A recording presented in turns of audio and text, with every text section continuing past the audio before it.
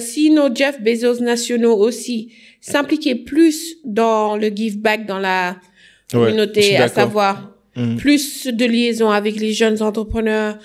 Parce que si tu prends au Nigeria, Tony Emelou, il fait des trucs extraordinaires, il est connu pour ça. Nous, ici, nos boss, qu'est-ce qu'ils font pour les jeunes?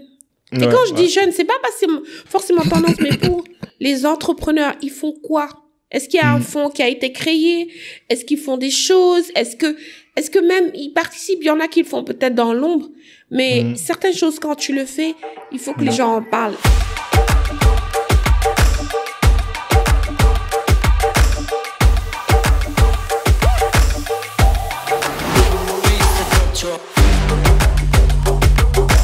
Salam Ziyar, bonsoir à tous et à toutes, j'espère que vous allez bien. Ici au boy Habib Sal, bienvenue pour un nouvel épisode du Cercle d'Influence Podcast, votre cercle qui s'inspire à inspirer avant d'expirer. C'est avec un grand honneur que je reçois aujourd'hui ma chère Ninou, host du podcast Ninou on Air et fondatrice de l'émission Loyally Gay, une émission qui est destinée pour la promotion des jeunes femmes entrepreneurs. Ninou, bienvenue au cercle. Merci, Habib. Quelle introduction. Nice. Très pro, hein? Clapé et tout. Et... Ah ouais, je l'ai bien fait, hein. Ok. Vous êtes des pros, vous. Ah non, arrête. Comment tu vas? Tu vas bien? Ouais, ça va super. Et toi? Ah oui, ça va. On s'accroche. Ouais. Comment ça va, la vie? La vie. Très bonne question. La vie, elle nous punch. On est narcodium, on se relève, mais c'est ça la vie. Bienvenue bienvenue dans le monde de la vie, quoi. Ouais, et merci de m'avoir invité, franchement. Franchement, c'est fait un plaisir. Ça fait quelques moments qu'on essaye de faire ça, donc je suis content que finalement tu sois là. Laisse tomber. C'était un parcours de combattant, mais... Mais grave. Mais faut pas renoncer dans la vie, tu vois. Ouais, jamais. J'aime bien. Jamais. Du coup, pour nos auditeurs et nos spectateurs, est-ce que tu peux nous parler de ton enfance et comment tu as été élevé et qu'est-ce que tu fais en ce moment, en fait? D'accord.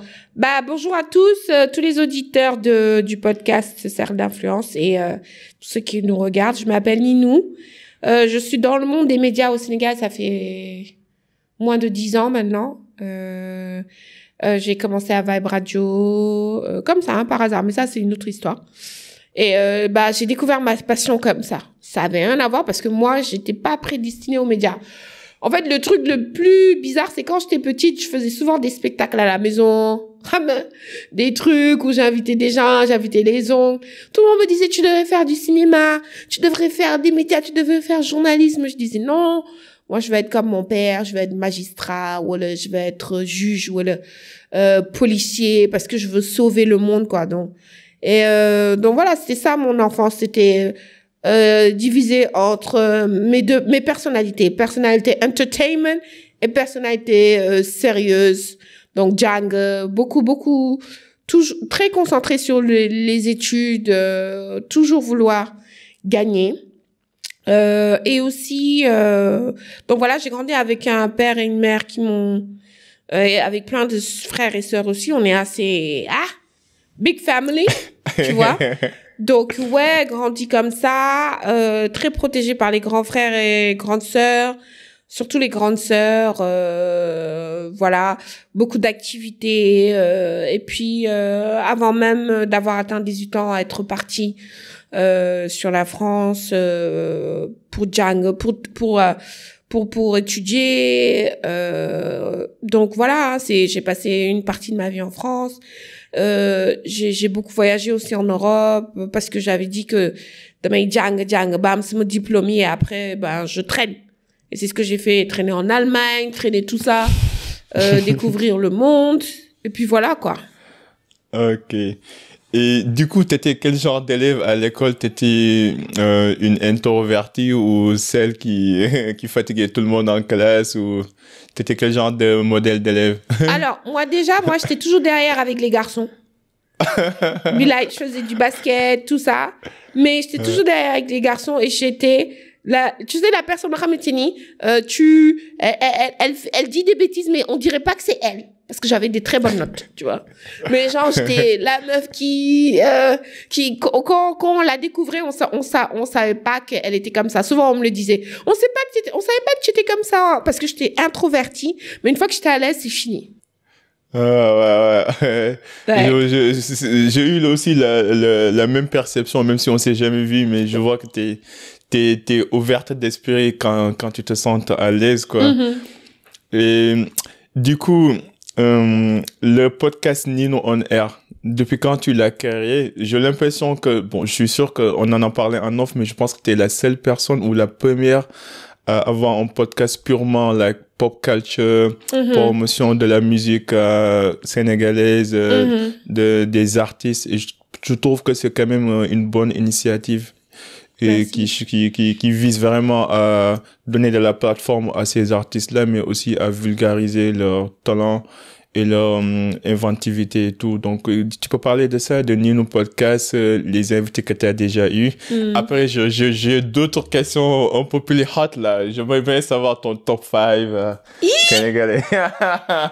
Mais ça va venir. Oh ça mon Dieu, faut que tu me le dises, là. Non, je vais encore être dans le... Yeah, t'as une idée. OK. Alors déjà, je vais partir sur ta première...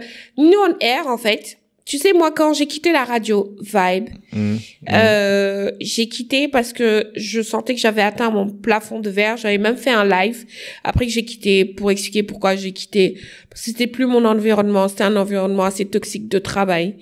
Je voulais me développer. On me le permettait pas. So, j'ai dit, je bouge. Et quand j'ai bougé, ça a été très dur parce que j'ai enchaîné... Non, j'ai bougé quand j'ai fait une fausse couche, juste après que je me sois mariée. So, après, ça m'a déprimée et tout. Mais je me suis dit, j'ai enchaîné à travailler avec une ONG dans les Pays-Bas concernant l'employabilité des jeunes parce que c'est quelque chose qui me tient. Même même dans les médias télé ou radio, je parlais beaucoup d'employabilité des jeunes parce que voilà, c'est très difficile quand il y a une espèce de discrimination des jeunes que je comprenais pas. Pourquoi on leur donne pas ceinture?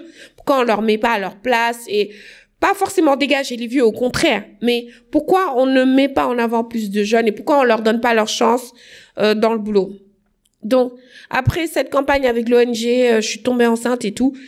Et c'était une grossesse assez difficile. C'était difficile. Et donc, je suis restée presque 1 an et demi après avoir entre la grossesse et l'accouchement où j'étais pas bien mentalement. Franchement, j'étais pas bien. J'ai fait un postpartum, quoi. Et quand on dit postpartum, pour les gens qui comprennent pas, c'est genre tu te perds. Après ton accouchement, tu te perds. Tu as plus d'identité, tu sais plus qui tu es. Voilà quoi, c'est ce qui m'est arrivé. J'étais perdue. Et en même temps, je voyais ce qui se passait dans les médias. Il y avait rien.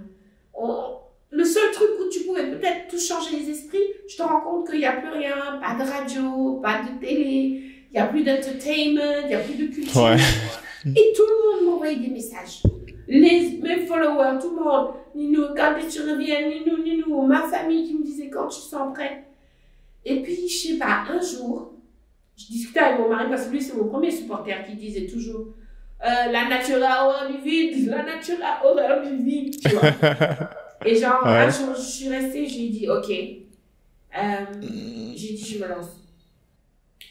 Et ma copine Raissa, avec laquelle je travaille à Vibe, qui est maintenant la directrice de la première chaîne des cultures urbaines, Nation, ici au Sénégal, elle m'a dit, dès que tu seras près de nous tous, on sera prêts, on va te soutenir et tout. Et donc, c'est comme ça que j'ai fait l'annonce. OK, je vais faire un podcast. Parce que avant ça aussi, je suis partie voir des médias qui m'ont appelé. Je suis pas partie voir un truc qui m'ont appelé, m'ont dit, ouais, on voudrait que tu viennes bosser avec nous. Et Habib, tu sais ce qui est bizarre? C'est quand tu vas dans les médias et qu'ils t'appellent, ils essaient de te wagner, de diminuer ta valeur. Parce qu'ils me disaient, ouais, tu vas faire. De te minimiser, de te vilipender, quoi. Exactement. Genre, je vais à des rendez-vous, genre, étant un grand DG ici d'un DG d'un grand média qui me dit, ouais, mais toi, tu vas être chroniqueuse, on va te payer 50 000. Yo, faut touch. Yo. Moi, j'étais en face de lui, j'ai dit, mais c'est toi qui m'as appelé, frère. Et automatiquement, en fait, et tu sais, le plus bizarre, c'est quand il m'a appelé, la voiture, il y avait mon mari et il avait quitté son boulot, rien que pour m'accompagner parce qu'il était excité pour ce premier rendez-vous. Et il y avait mon fils qui était encore bébé, genre 6 mois. Il le tenait et tout. Mon fauteuil, j'étais assise en face du gars qui m'a appelé. Et je me disais, je me suis déplacée, je me suis lavée, je me suis douchée, je me suis maquillée. Je suis venue, j'ai mis du parfum, tu me parles de... c'est toi qui as besoin de moi, tu me dis fauteuil. Monaco, regarde, il faut qu'on sache. J'ai dit, écoute, frère. C'est ironique, quand même. Non, j'ai dit, écoute, frère, ce qu'on va faire, c'est tu vas demander à toi-même, fan gotoy, yomi mower, toi qui me cherches partout, toi qui me demandes, et toi, je dis, moi, je suis pas dans cette énergie-là. Bonne chance pour ton média. Sauf que le média, il a même disparu. Voilà.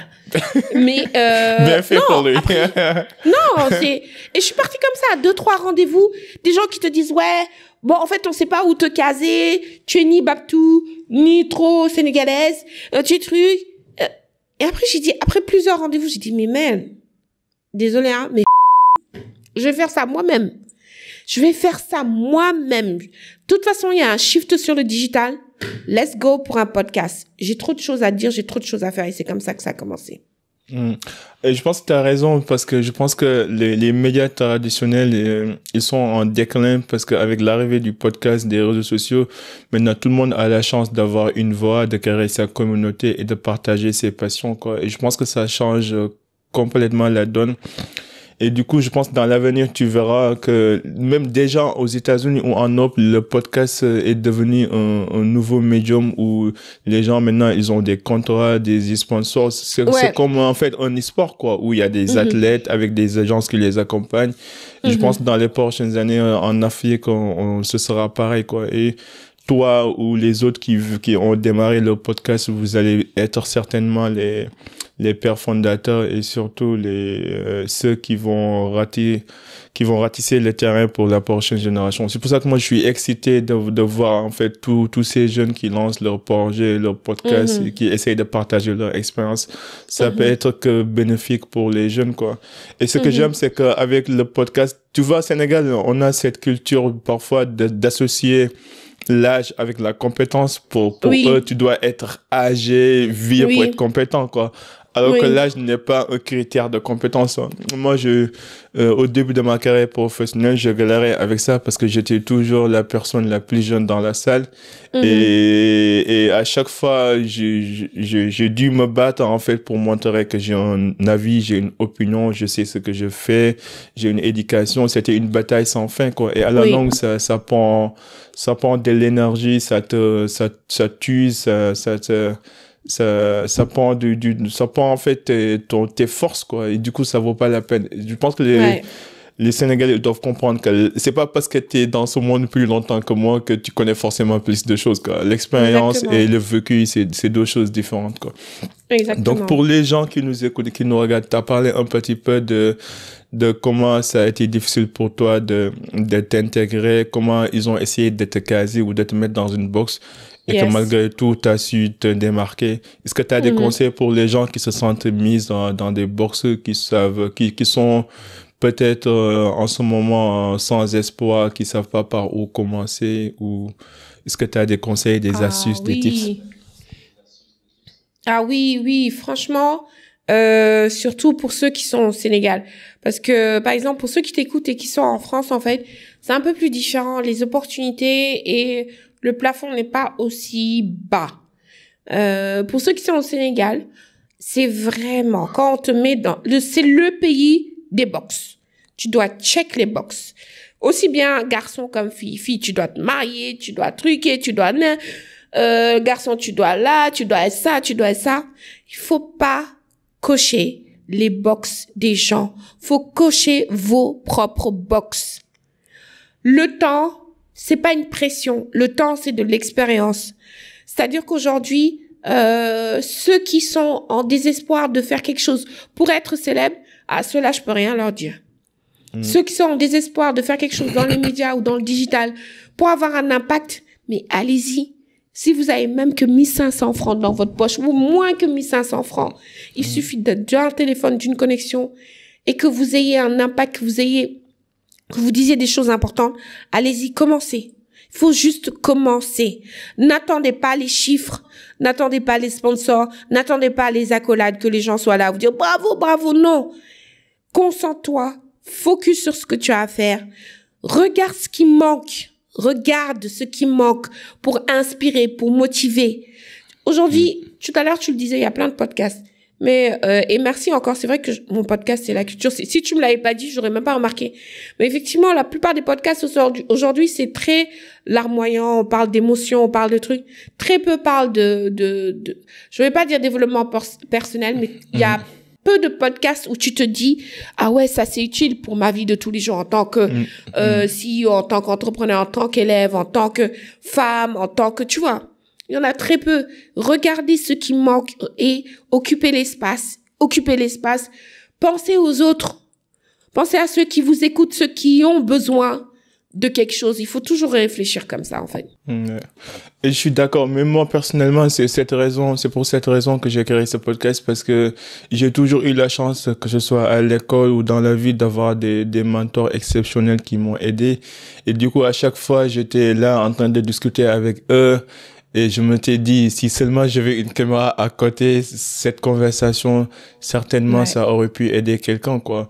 Et donc, du coup, j'ai acheté la caméra et du coup, j'ai invité au début, dans le début du podcast, j'ai invité mes amis d'école, des profs, des gens avec qui j'ai travaillé. Et du coup, c'était les mêmes conversations qu'on avait avant autour d'une table ou quand on sortait dans des after-work. La seule différence, c'est que là, il y a une caméra, quoi.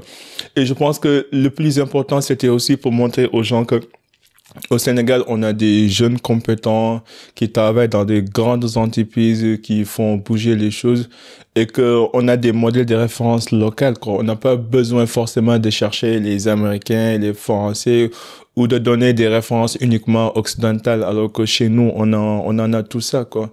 Tu penses à qui comme référence? Comme au Sénégal? Oui. Oui, beaucoup. Dans mon podcast, moi, j'ai reçu Lamine Ndiaye, qui est un grand acteur sénégalais. C'était un podcast qui m'a vraiment marqué. Non seulement juste, je parle pas uniquement forcément du domaine de cinéma, mais aussi de son expérience personnelle dans la vie. Le mec, il était activiste pendant la période Abdou Diouf. Il a défendu en fait les droits des acteurs. Il a mené beaucoup de combats. En même temps, il est un père exceptionnel pour ses enfants, il est un grand-père pour ses petits-enfants. En fait, c'est la personne et son vécu et son expérience. J'ai beaucoup appris à travers ce podcast. J'ai reçu aussi des entrepreneurs qui font de belles choses, quoi. Même si c'est des entrepreneurs de niche qui démarrent, mais tu sens que c'est des gens qui veulent aider, même s'ils n'ont pas forcément les moyens qu'il faut. Ils sont pas des Bill Gates ou des Jeff Bezos. Mais pour moi, ces gens-là sont beaucoup plus intéressants que Jeff Bezos, parce que c'est des gens qui ont commencé de rien et qui, par leur abnégation, par leur envie d'aider, ils arrivent à faire bouger les choses petit à petit, quoi. Et tu trouves ça courageux, tu vois. Je trouve d'être dans des situations où t'as absolument rien du tout et malgré tout tu penses aux autres. Je trouve ça, moi j'ai eu la chance d'avoir une mère exceptionnelle. Ma mère est la femme la plus généreuse que je connais dans ma vie, quoi. Même si on n'avait pas grand chose, mais quand j'étais jeune, je la voyais donner ses habits, donner à manger à des gens et pourtant on n'avait pas beaucoup, quoi. Donc c'est des histoires comme ça qui me marquent, quoi. Et je pense que c'est pour ça que parfois tu vois dans le podcast, j'invite des gens qui n'ont même pas de présence sur les réseaux. Peut-être l'épisode va faire 10 vues, 50 vues, 100 vues, mais j'ai rien à en fait, parce que ce qui m'intéresse, c'est le personnage, c'est la personne, c'est son vécu. Les gens, en fait, c'est pas parce que la personne, elle est célèbre que forcément elle ajoute de la valeur, quoi. Du genre, hein, il y a plusieurs manières d'être célèbre dans la vie, mais ça veut pas dire que toutes les manières sont bonnes, quoi. Tu vois un peu. Et je pense que tu peux avoir une conversation très intéressante avec un SDF, avec un mendiant, avec un professeur, avec un milliardaire. Peu importe dans la phase dans laquelle tu te trouves dans la vie de tous les jours, tu as toujours quelque chose à apprendre aux autres, quoi. Il faut avoir aussi cette humilité de s'ouvrir sur et aux autres, quoi. Je suis d'accord avec toi. Le seul point sur lequel peut-être je suis pas d'accord avec toi, c'est oui, c'est clair qu'on n'a pas besoin des Jeff Bezos, mais si je vais pas dire si nos Jeff Bezos nationaux aussi s'impliquaient plus dans le give back dans la communauté, à savoir plus de liaisons avec les jeunes entrepreneurs, Parce que si tu prends au Nigeria, Tony Emelu, il fait des trucs extraordinaires, il est connu pour ça. Nous, ici, nos boss, qu'est-ce qu'ils font pour les jeunes?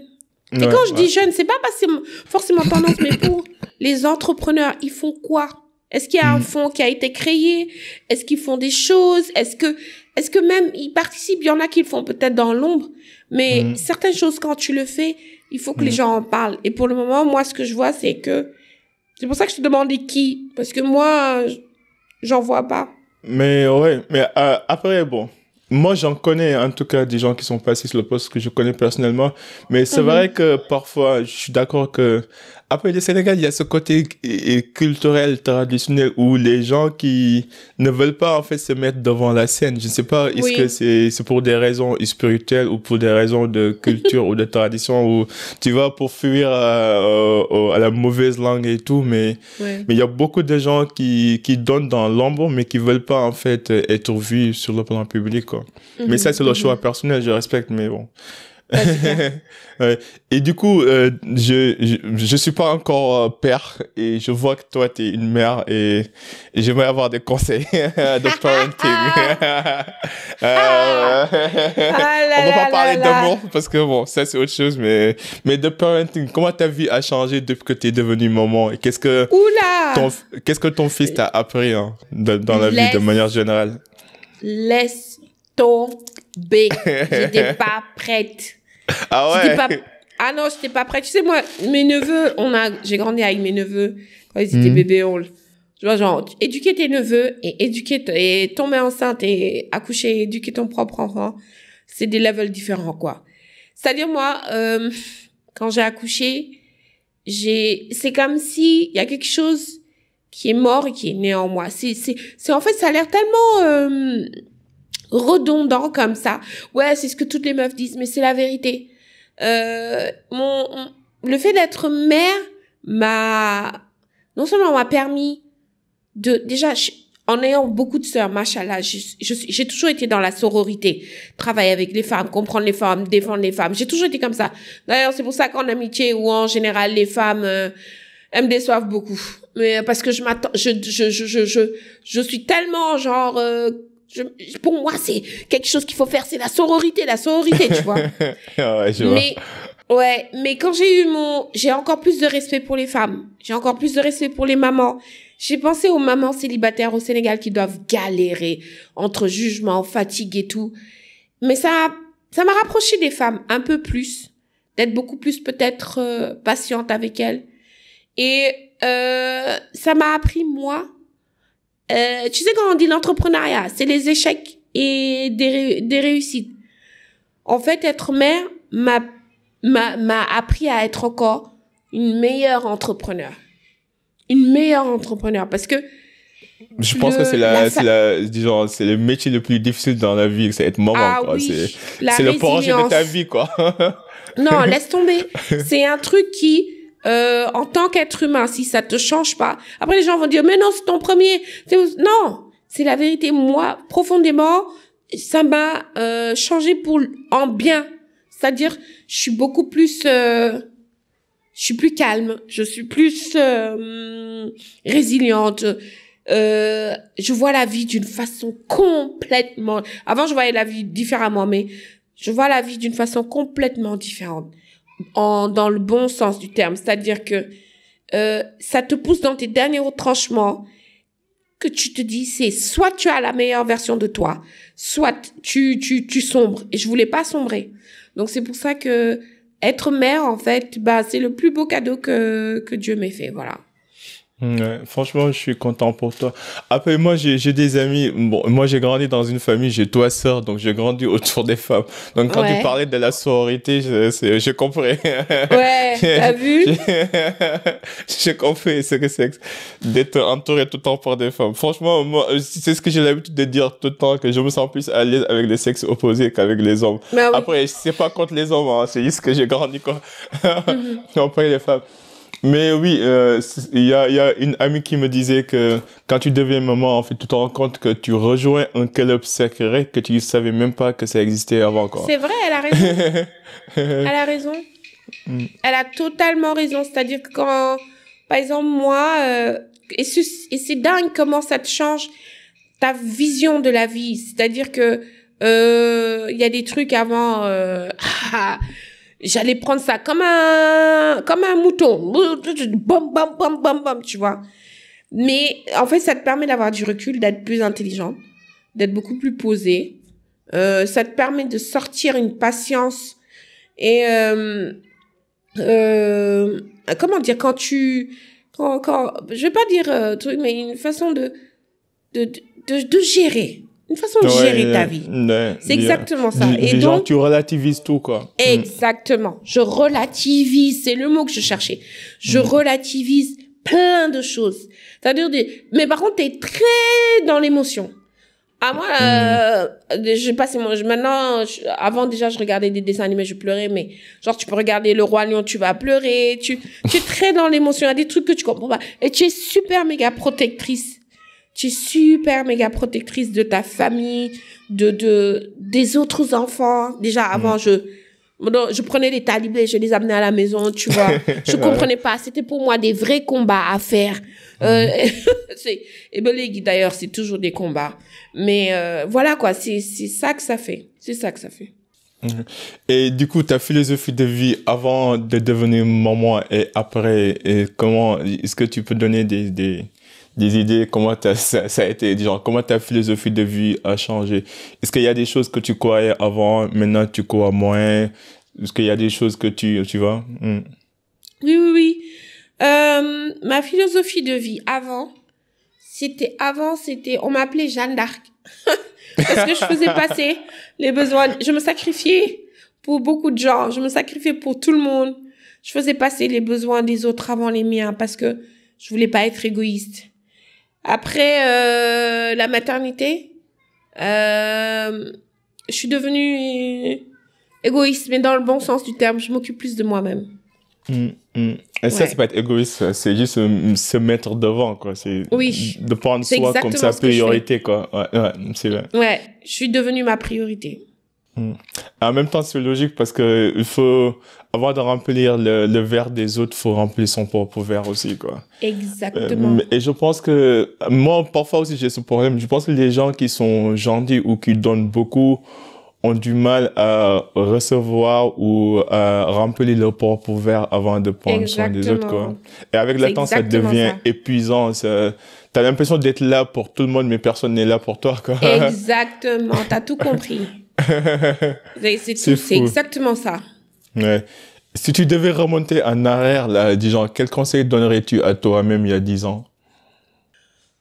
Quel conseil je me donnerais à moi-même? Quel conseil je me donnerais à moi-même? J'ai souvent posé ces questions à des gens, mais on me l'a jamais posé. Et là, je suis coincée. Okay. Non, mais là, parce que je me dis, qu'est-ce que je me serais donné comme conseil? Peut-être que agir plus vite. Agir plus vite, vas-y, développe. Ouais. Peut-être qu'il y a des fois, j'ai tellement été, pas spectatrice, mais j'ai été dans une espèce de confort où je voyais que je devais faire des actions, où je devais faire des moves, aussi bien dans ma vie personnelle que active, que j'ai pas fait. Et bah, si je devais retourner et me donner des conseils, c'est fais-le. Fais-le. Ne prends pas ton temps, fais-le. Juste fais-le, quoi. N'aie pas peur. Ouais. Tout à l'heure, tu parlais que t'es introverti, hein, et que tu sors pas souvent, t'es casanière, t'es dans ton coin. Et est-ce que tu te sens parfois du genre incomprise, ou est-ce qu'il y a quelque chose de drôle ou d'inattendu que les gens ne connaissent pas sur toi? Bon, moi, je sors plus. Avant, j'étais tout le temps dehors. Ah ouais. Man, I was outside. Mais tu comptais compter pour te lamper, quoi. Non, man, laisse tomber, man. Tu vois, par exemple, non, laisse tomber, man. Tu rentrais dans le métro, tu voyais les gens qui rentraient du boulot, et toi avec ta petite robe, ton petit short, et même ici, au Sénégal, partout, quoi, moi.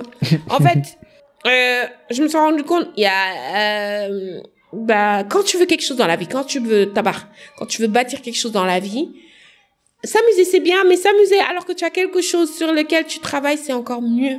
Ouais. Je me suis focus sur moi et aussi parce que je me le dois de faire quelque chose. Donc c'est pour ça que oui, je suis introvertie de nature. Je suis introvertie, mais quand je suis dehors, je suis nice, je suis cool, je vis le moment. Et ce que les gens savent pas peut-être, c'est que je suis timide. Sous mes airs comme ça, par exemple, quelqu'un, tu sais, moi, il m'arrive des trucs, genre, dans ma tête, quand je marche, je me dis, mais d'où est-ce qu'elle me connaît, cette personne? Qu'est-ce qu'il y a? Vraiment? Ah, mais je suis là, je fais, ok, qu'est-ce qui se passe? Et elle me dit, non, je te connais. Dans ma tête, en fait, j'arrive toujours pas à assimiler que, on me reconnaît, tu vois? Ouais. Donc, il y a des fois, je peux paraître très out of place, genre awkward ou bizarre, mais c'est juste que j'arrive toujours pas à assimiler qu'on me reconnaisse. Ouais, tu vois? Ou que les gens veuillent prendre des photos avec moi. Genre, voilà, quoi. Dans ma tête, je me dis, mais, ouais, on se connaît. Est-ce que j'ai oublié cette personne? Alors que non. Ouais.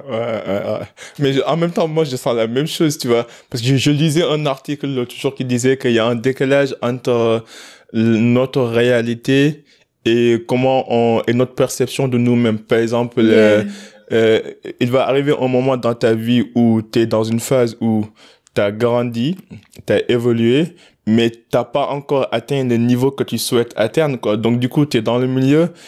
Tu peux pas être forcément ami avec les gens d'avant parce que t'as connu quand même une certaine phase, une certaine évolution.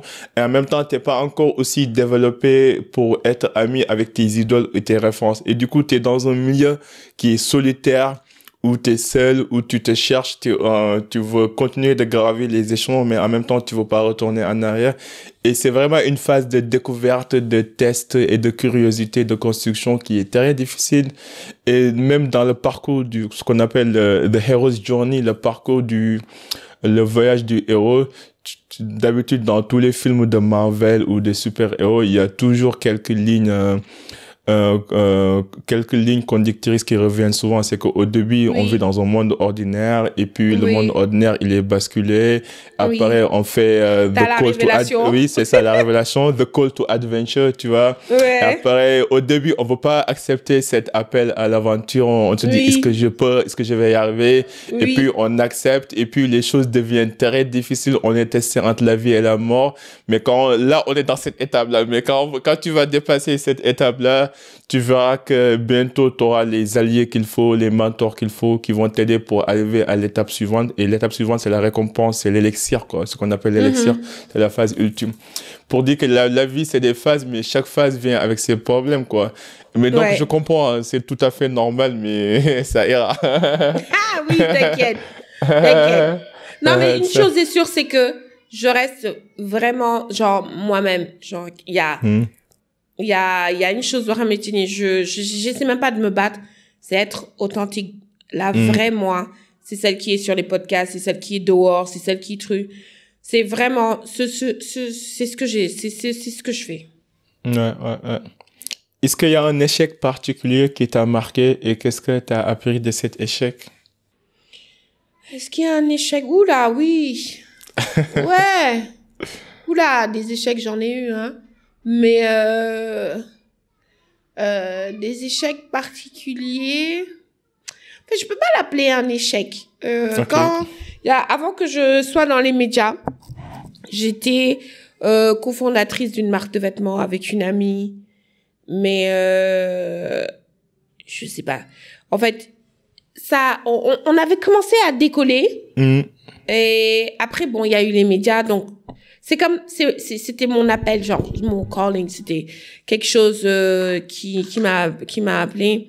Mais après bon, j'étais moins présente. Donc pour moi, je sais même pas si c'est un échec ou un truc, mais au-delà de ça, on n'arrivait pas à décoller comme on voulait. On n'arrivait pas, il y avait quelque chose, je comprenais pas. Et je me disais, mais pourquoi je mets des stratégies, je mets des trucs, on devrait aller plus loin que ça. On avait décollé, hein, parce que ça revenait de très loin. Et, mais j'arrivais pas à comprendre pourquoi j'arrive pas à voir ça, pourquoi on n'arrive pas à percer sur certains trucs. Mais en fait, c'était pas le moment. Ah ouais. Donc, ce que j'ai appris des échecs, c'est juste que soit c'est pas le moment, soit c'est pas pour toi. Mais dans tous les cas, continue. Continue, ouais. C'est important. Et quelle est ta définition de la réussite? Comment tu définis la réussite pour toi? Ouais, bien. La réussite. La réussite. Non, parce que la base, tu vois, la réponse de base, ce serait la réussite. C'est, j'ai accompli tous mes rêves financiers. Ouais, j'ai une maison, je voyage comme je veux, j'ai trucs. J'ai 4 femmes. Ouais, non, moi, ouais, j'ai 4 maris, dans mon cas. J'ai 4 maris. J'ai un Ñetel, tu vois. Non, mais moi, la réussite, c'est de pouvoir, la réussite. La réussite. Je sais, c'est pas forcément le bonheur, c'est pas la bonne santé, c'est pas ça que je veux dire, mais pour moi, la réussite, c'est... Après, c'est ça la prochaine question, hein. C'est ce que je voulais poser aussi. C'est quoi la définition du bonheur? Mais bon, on va y arriver. On va y arriver, t'inquiète, ouais. Alors, pour moi, la réussite, sérieusement, ce serait d'accomplir mes projets et qu'ils se passent de génération en génération. Ok. C'est d'avoir un impact sur les gens. Ouais. C'est d'inspirer. C'est, pour moi, c'est vraiment ça. C'est d'être cité en référence. C'est-à-dire qu'aujourd'hui... C'est l'impact, quoi. C'est l'influence positive. Voilà. C'est exactement. C'est inspirer. Parce que dans les struggles, quand tu réussis, dans des moments difficiles de ta vie, il y a toujours quelqu'un qui t'a mis debout, que ce soit quelqu'un de ta famille, quelqu'un de dehors, que ce soit une musique, que ce soit un verset du Coran ou un verset de la Bible ou whatever, mais il y a quelque chose qui t'a poussé. Il y a quelque chose qui t'a poussé. C'est exactement ce que pour moi, c'est ça la réussite. Être cette force qui pousse des gens que je connais pas. C'est ça, en fait. C'est être un catalyste dans la vie des autres, quoi. Exactement. Ouais, c'est top. Et quelle est ta définition du bonheur? Et là, franchement, t'as quand même un avis, t'es marié, t'as un enfant, donc... Oh, tu crois que ça, c'est le bonheur? Marié, enfant, enfant, c'est le bonheur. Ça fait partie du bonheur, quand même. Arrête, vous les hommes. Je vais même pas entrer dans ce sujet, d'accord? Shout out à mon mari. Mais mais le bonheur, la vérité, hein. Tu sais, la dernière fois, c'est tellement bête ce que je vais dire, mais la dernière fois, je me suis douchée. La maison était propre et tout. J'avais des nouveaux draps, ça sentait bon, j'ai mis l'huile essentielle.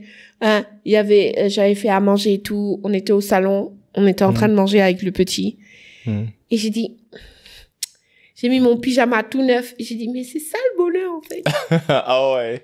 T'as eu un moment de révélation, c'est vrai. Oui, c'est des choses simples, quoi, ouais. C'est des choses simples, exactement. Pour moi, le bonheur, c'est les choses simples de la vie. C'est partager des moments avec des gens que tu aimes.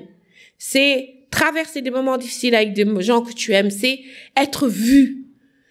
Pour moi, c'est ça le bonheur. C'est avoir cette espèce de moment où tu dis à Dieu, merci pour cette vie. Merci pour ce que je suis en train de vivre là, même si je sais qu'après, il y a des moments difficiles qui m'attendent, mais merci pour ce moment. Merci pour cette pause. En fait, c'est ça. Ouais. Et parfois, je pense que les gens, ils prennent le bonheur comme un idéal à atteindre et comme un geste de grandiose et de grandeur, alors qu'en réalité, c'est des choses simples. It's just like simple things in life, tu vois. Et parfois, quand on traverse ou quand on vit ces petits moments, on prend même pas le temps de les savourer parce que on les prend comme des choses acquises, alors que, tu vois, c'est pas des choses acquises, tu vois. Ouais. Je pense que l'une des life hacks de la vie, c'est de savoir reconnaître ces moments-là et d'être présent, et d'être suffisant et d'être reconnaissant, quoi, et de dire que ça n'arrive pas tous les jours, tu vois. Genre, ce que tu racontes là, ça n'arrive pas tous les jours, tu vois. C'est des moments rares parce que la vie nous challenge. Il y a tout le temps des défis, il y a tout le temps des gens qui tombent malades, des membres de famille qu'on perd. Il y a tellement du désordre dans la vie que quand t'as des petits moments d'ordre organisés, ça fait du bien de le reconnaître, tu vois. Ouais. C'est exactement ça. Et là, on va parler de hip-hop. On va parler de hip-hop. Hip-hop, là, parce qu'on a l'experte de hip-hop. The one and only c'est Nino. des gens qui croient que je suis experte en hip-hop. C'est toi qui invites les rappeurs, les artistes. Hein. C'est pas moi. Non, parce que toi aussi, Habib, on a baigné là-dedans. C'est-à-dire, la culture hip-hop, pour moi, c'est la base. C'est la base. Ok, je vais te poser une question difficile là. Donne-moi ton top 5 sénégalais là. J'ai besoin de ton top 5 sénégalais et ton top 5 là, worldwide, du genre Amérique, peu importe France, mais les deux c'est pareil. Ok, je vais commencer par worldwide, c'est moins compliqué. Ça marche. Alors, évidemment, si tu me suis ou toutes les personnes qui me connaissent savent que number one all the time, K-Dot, Mr. Morale. Kendrick Lamar. Et surtout, à ce moment-là, il rafle tout, là. Mais Kendrick a toujours tout raflé. Mon gars, il est en convalescence, là. Jorek, il est en convalescence. He's down right now. Non, mais K-Dot, au-delà de, tu sais, au-delà de cette espèce de nouveau, je vais pas dire nouveau souffle où, genre, les gens parlent de lui maintenant à cause de son beef avec Drake, mais c'est vraiment c'est part of the culture. Il défie la culture, il se pose des questions, il écrit des textes sur Hamtini. C'est ce qu'on ressent, c'est-à-dire, il se pose des questions, il se met en question. Il est vraiment exceptionnel. Ça, c'est numéro un. Moi, je le vois comme un thérapeute, tu vois. Chez Sanson, ça traite des pour sujets. Lui-même, déjà. Pour lui-même, tu vois, du genre la dépression, le traumatisme. Tu vois, le traumatisme intergénérationnel, je le vois comme un scientifique qui écrit, comme un littéraire qui écrit dans le but de soigner ses propres maux, mais aussi de partager ses solutions avec les gens, quoi. C'est vraiment mais c'est exactement inspirant. Ça, le rap, en fait. Le rap, c'est ça. C'était pas pour forcément dire, insulter dire bitches ou, non, c'était vraiment genre pour sortir de cette réalité dans laquelle les Noirs américains étaient. C'était s'évader, c'était se donner du courage, s'encourager. Donc c'est ça, quoi. C'est exactement ça l'essence même du rap. Ça c'est Kendrick en 1, en 2. J. Cole. Ah, ok. J. Cole, I can see that. J. Cole, ok. J. Cole. Numéro 3. Donc là, t'es passé de West Side à New York, là, ok. Oui. Okay. Jay-Z.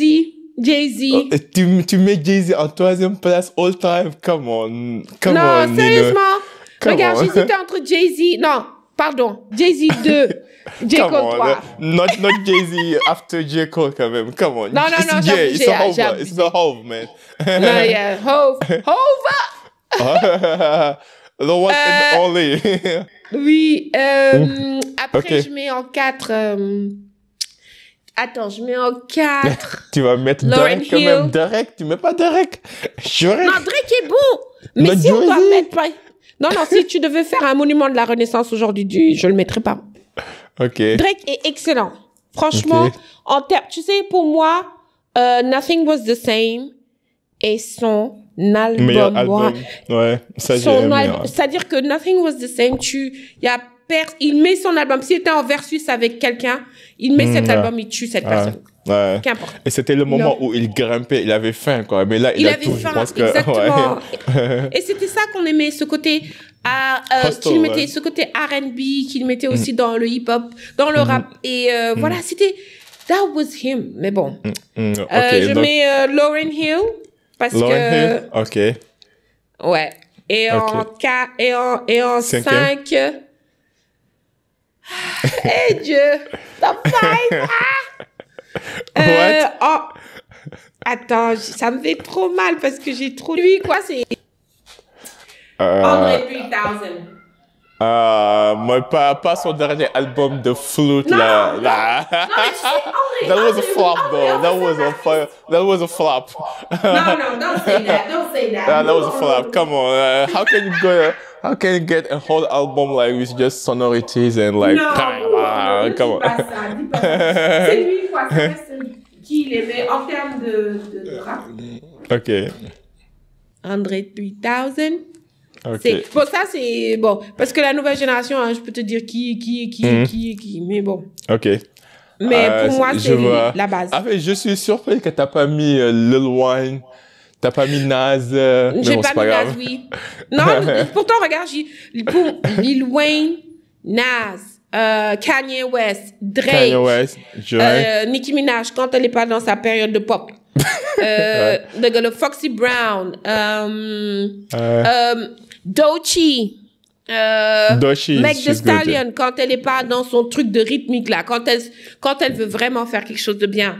Tupac, Tupac, Biggie, oui, for sure. tu vois, Biggie. donc c'est pour te dire, ami. Oh, ok. Mais ok, je vois. Et ok, maintenant passons au top Sénégal.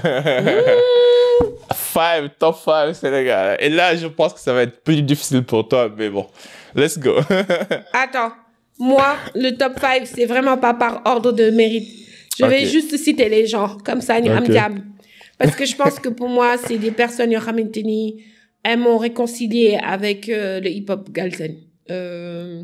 Samba Peuzzi. Ah ouais, ok, Samba Peuzzi.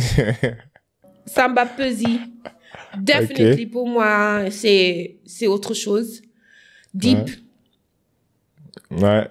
Omzo. Ah, c'est Omzo, il est dedans, c'est bien. Non, Omzo, non. Moi, je suis un grand fan d'Omzo, quoi. Moi, Omzo, j'aime... Omzo, c'est un autre level. C'est Omzo, quoi. Yeah. Je mets Elzo. Ouais. Et Yaoula, ok. Non, je mets Elzo parce que... daf koy dund. Et...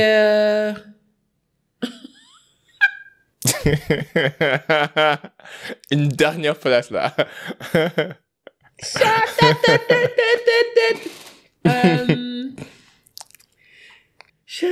Ok. Dernière place. Qui est-ce que je peux mettre en dernière place? C'est même pas dernière place, hein. C'est juste que c'est toi qui m'as dit top 5. Ouais, mais vas-y. Mais c'est pas une dernière place, mais juste la 5e personne. Ok, disons la 5e personne. Pas la dernière place. Il n'y a pas de ranking, il n'y a pas d'ordre. J'hésite tellement, il y en a. J'hésite entre Pepe Gunmore et Ngaka. Ngaka Blende, ok. Laisse-le. Non, mais Ngaka, il est fort, ça. On n'en disconvient pas. Je vais mettre Gunmore. Ok, ça marche. C'est bien. Et du coup, sur ton podcast, tu as aussi pas mal de personnes. Tu as aussi Elzo, Malcolm, Samba. Qu'est-ce que tu as appris de tous ces épisodes? Est-ce qu'il y a un épisode qui t'a marqué le plus? Déjà, je pense que l'épisode que les gens aiment plus, c'est celui avec Malcolm. Parce qu'en fait, c'est vraiment qui je suis quand j'anime. C'est dingue, complètement décalé, complètement désordonné. Et Malcolm est très généreux. C'est une personnalité très généreuse, qui partage, qui est vraie. Donc, j'ai beaucoup aimé notre épisode parce que je me suis retrouvée, tu vois. Okay. Et un des épisodes que j'aime bien aussi, c'est... en fait, j'ai reçu aussi des games. Dans mon podcast, il y a le e-gaming, il y a plein de choses. Il y a la littérature, il y a l'écriture. Ouais. Un des épisodes que j'aime bien aussi, c'est avec Samba Peuzzi. Parce que... en fait, tu sais, Samba, on se disputait, parce qu'il y a un moment donné, voilà quoi, on n'était pas trop en accord. Donc quand il est revenu, c'est vraiment pour qu'on parle bien, pour qu'on mette les choses à plat. Et surtout tellement je me souviens quand il passait à la radio, Habib, sans te mentir. Les gens me disaient il faut pas le mettre. On l'enlevait de ma playlist, le DG des programmes, tout ça là, ils enlevaient ça de la playlist, ils faisaient des trucs tu vois. Parce que justement et pourquoi je parle de ça un peu, parce que tellement quand tu es différent dans ce pays, les gens veulent te mettre, veulent te dégager, ne veulent pas savoir quelque chose de toi. C'est pareil pour moi. C'est pour ça que c'était important pour moi de montrer au-delà du fashion sense, au-delà de Kibi, qui il était, et que Dofoul dans sa vision du rap. Du rap. Tu vois, c'était ça pour moi. Ouais, et je pense que ça a bien marché pour lui, ce côté du genre de différence, de se démarquer des autres, quoi, d'amener son propre truc. Je pense que ça a bien marché pour lui. Et du coup, L'autre chose que je voulais te parler, c'est the cancel culture, tu vois, parce qu'on voit de plus en plus des artistes qui sont engagés politiquement, qui sont engagés aussi pour défendre, par exemple, les droits humains, le développement durable, les populations et leurs revendications. Et je vois que au Sénégal, les 2 dernières années, avec tout ce qui s'est passé en termes de manifestations et tout, il y avait pas mal de rappeurs qui ont été même incarcérés pour leur engagement dans ces manifestations-là. Donc, qu'en penses-tu de ça? Est-ce que la politique de censure, c'est une politique qu'on doit complètement détruire et éviter et laisser les gens de s'exprimer librement leurs idées, leurs doctrines et leur idéologie? Qu'est-ce que tu penses du mix entre la musique, la politique et l'engagement et l'activisme social, quoi? Ça va de pair. Ça va, surtout quand tu parles de hip-hop, ça va de pair. Le hip-hop est né dans la rue. Tu as vu, tu connais cette fameuse phrase, The revolution will be televised, c'est-à-dire la révolution sera en direct à la télé, ce sera filmé à la télé. Et c'est exactement ce qui se passe quand les gens ici au Sénégal. Le fait que les rappeurs prennent toujours position avant qui que ce soit. J'aime trop dire les rappeurs, les Malarman et tout ça parce qu'on les sépare, tu vois. Mais c'est des gens qui aujourd'hui, quand tu connais ce milieu, quand tu connais cette culture comme tu dis, tu sais que si c'est né dans la rue, donc ça voit tout ce qui se passe dans la rue, ça entend ce qui se passe dans la rue, ça amène les plaintes du fin fond, du bas fond jusqu'en haut pour que ceux qui n'ont pas de chance ou ceux qui sont pas entendus soient entendus. Et pour moi, ça va de pair. Après, il y a ceux qui le font pas, ceux qui veulent pas se mélanger, c'est leur choix. Faut mettre la pression à personne. Mais quand tu vois quelqu'un comme Nit Doff qui va en prison après, qui ressort et qui repart sans souci, parce qu'il a le courage de dire ce qu'il pense, il voit de la souffrance, il reste pas dans son coin, dans son statut de célébrité. Donc pour moi, c'est important quand tu vois Dip qui sort des sons sur les tirailleurs sénégalais, vidéo et IA magnifique. Tu te dis mais oui en fait, c'est ça, c'est au-delà de la culture, c'est de l'histoire. On a tellement écrit notre histoire à nous les Africains, nous les Noirs, qu'aujourd'hui, si on prend pas les devants et on raconte qui on est ou on remet pas les choses dans le contexte, c'est pas bon. Donc pour moi, ce qui s'est passé au Sénégal avec les manifestations et tout, s'il y avait pas les rappeurs, bah ça aurait été un peu plus difficile. Donc ils ont bien fait. Je suis parfaitement d'accord. Et je pense qu'avec cette célébrité, cette notoriété, elle vient avec une certaine responsabilité. Après, je comprends que certaines personnes ne veulent pas, en fait, s'engager sur certaines choses. C'est leur choix personnel, ça, je respecte. Mais en tout cas, le fait que tu as une voix qui peut changer la donne, je pense que si tu peux ajouter ta pierre à l'édifice, ça peut être que bénéfique pour tout le monde, quoi. Oui, mais quand même, j'ai pas aimé par exemple, à l'époque où les gens, en fait, sur les réseaux, attendaient à ce que chaque personne donne leur avis ou soutienne leur cause, tu vois. Ça, il faut pas forcer les gens à faire des choses qu'ils veulent pas faire, quoi. Je pense que ça aussi, c'est avoir de la liberté d'expression, c'est aussi savoir respecter en fait les choix des uns et des autres, quoi. Parce que ta liberté, ça s'arrête là où là où la liberté des autres démarre, quoi. Tu vois. Exactement. Tu vois, c'est bien. Et quelques dernières questions, c'est quel est le pire et le meilleur conseil qu'on t'a donné? Le pire, le pire, j'écoute pas. Moi, je sais quand c'est le pire. Franchement, j'écoute pas. Mais le meilleur conseil qu'on m'ait donné, c'est do you, manam. Reste toi-même, quoi. Reste toi-même.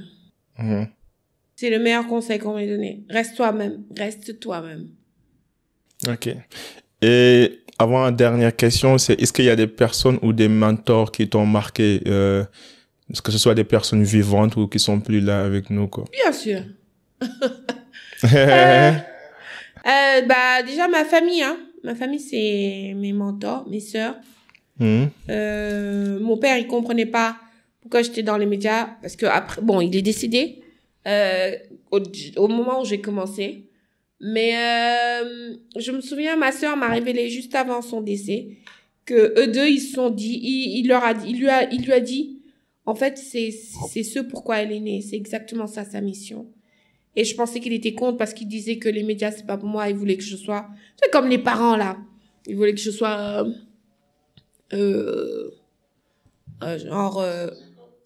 genre corporate, que je sois dans un bureau, que je fasse quelque chose qui, pour eux, administrativement, a une utilité. Après, quand ma sœur m'a dit ça, ça m'a vraiment fait chaud au cœur, tu vois. J'ai même pas eu le temps, parce qu'il est parti, de lui dire merci pour ça. Mais en termes de mentor, j'ai eu...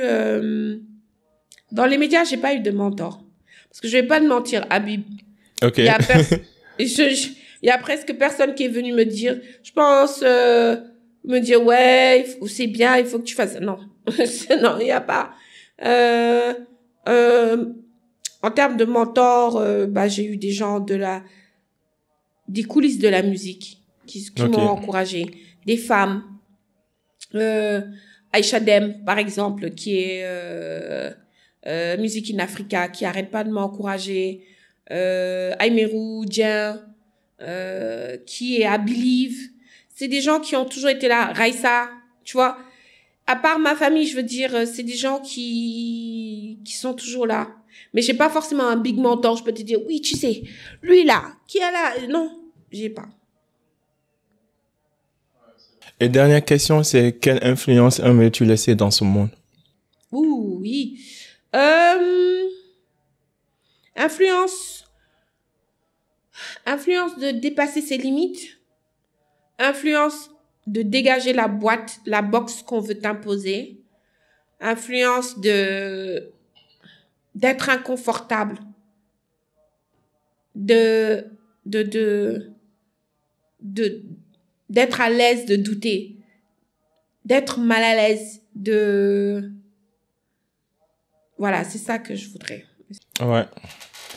Nino, en tout cas, merci beaucoup. C'est vraiment, j'ai bien aimé la conversation. C'était deep et profond. Donc, c'est vraiment top. Bon, pour les gens qui nous écoutent et qui nous regardent, est-ce que tu as un dernier mot? Comment les gens pourront entrer en contact avec toi? Et après, si tu as des projets, des trucs à nous partager aussi, n'hésite pas. Mais toi, déjà, tu m'as pas dit c'est quoi ton top 5? Moi, non, moi, franchement, moi, c'est rapide. Moi, je suis un grand fan. Tu parles de ton top 5 worldwide, non, c'est ça? Vas-y. Ok. Moi, franchement, je suis un grand fan. D'abord, je vais commencer par Jay-Z, man. I love Jay-Z, man. Jay-Z, c'était mon enfance, quoi. Ok. J'aime bien Nas. Oui. J'aime bien Lil Wayne. Oui. J'aime bien Drake et Kendrick Lamar. Nice. C'est ça. Ok, chez les Sénégalais. Après, Sénégal, franchement, pour être honnête, Sénégal, moi, j'écoute souvent que Omzo et Dip, quoi, franchement. Omzo, je l'ai déjà rencontré une fois. Dip, j'ai toujours été fan. Après, l'ancienne génération, disons, avant la génération de 2010, je connais pas, quoi. Je connais pas. Mais en tout cas, actuellement, sur mon playlist, c'est Deep, Omzo et H The Best. J'aime bien H The Best, mais c'est pas du hip-hop. Mais il n'est pas hip-hop. Il n'est pas hip-hop. Un artiste HC. Oh là là. Tu vois, exceptionnel.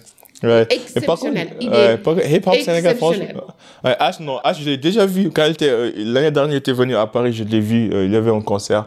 Donc, c'était top aussi. C'était à la Cigale, ici à Paris, mais il a tout détruit. Non, mais tu sais, pour moi, il y a ce que j'appelle les trois kings, Aubrey, Daman, Amadeus et H. Ils peuvent amener très loin la musique. Ouais. Après, bon, peut-être après, tu vas me brancher avec le hip-hop sénégalais. Bon. Non, vas-y, franchement, oui, vas-y. Écoute, regarde, écoute ton je le connais parce que je connais pas Sam, mais moi j'habite à Dakar, j'habite à Yamagan, donc je connais que c'est ton boy Yamagan. Mais après, bon, ça je vais pas dire ça c'est une autre histoire. J'avais une ex-copine là, je pense que Sam était intéressé par cette ex là, mais bon. Oui. Allez, c'est parti, on est podcast Potter. Let's go, dis-moi tout. Non, arrête. Je vais pas rentrer en détail, quoi. En tout cas, la fille m'a dit que was trying to shoot at her, you know. I mean, I'm just like, okay, désormais, come on now, he's married, stop. Now, bon, ça date là, ça c'était quand c'était 2014-2015 là. Mais sachant là, non, faut pas ramener le passé, c'est du passé. Mais juste pour dire que même si on est dans le même quartier quand même, tu vois, ça c'est des choses qui t'en font honte. Qui te font ne pas écouter, tu vois, la musique de la personne, tu vois. Oui, j'avoue. Mais non, mais vas-y, prends le temps d'écouter, les gars. Prends le temps, tu vas voir. Est-ce que tu as des recommandations? Est-ce qu'il y a la nouvelle génération? Tu me recommandes qui? Ah non, mais dans la nouvelle génération, je te recommande Gunmore. Je te recommande... je prends en note. Je sais pas si tu écoutes Arloubrik. Oui, je connais Arloubrik. Nyaka, je connais bien. Il y a qui encore là? Bon, en ce moment, franchement, il n'y a pas Ken Koufele qui sort du lot. Peut-être plus tard, je m'en souviendrai, mais je te le dirai. Ok, ça marche. Ouais. Je suis pris note, c'est bien. Ouais. Un dernier mot. Merci. Merci à toi de m'avoir invité sur ton podcast avec Emmanuel que j'ai fatigué depuis hier. Merci. Et puis, je te souhaite, c'était intéressant. Tu es bienveillant. Je te souhaite tout le succès que tu mérites.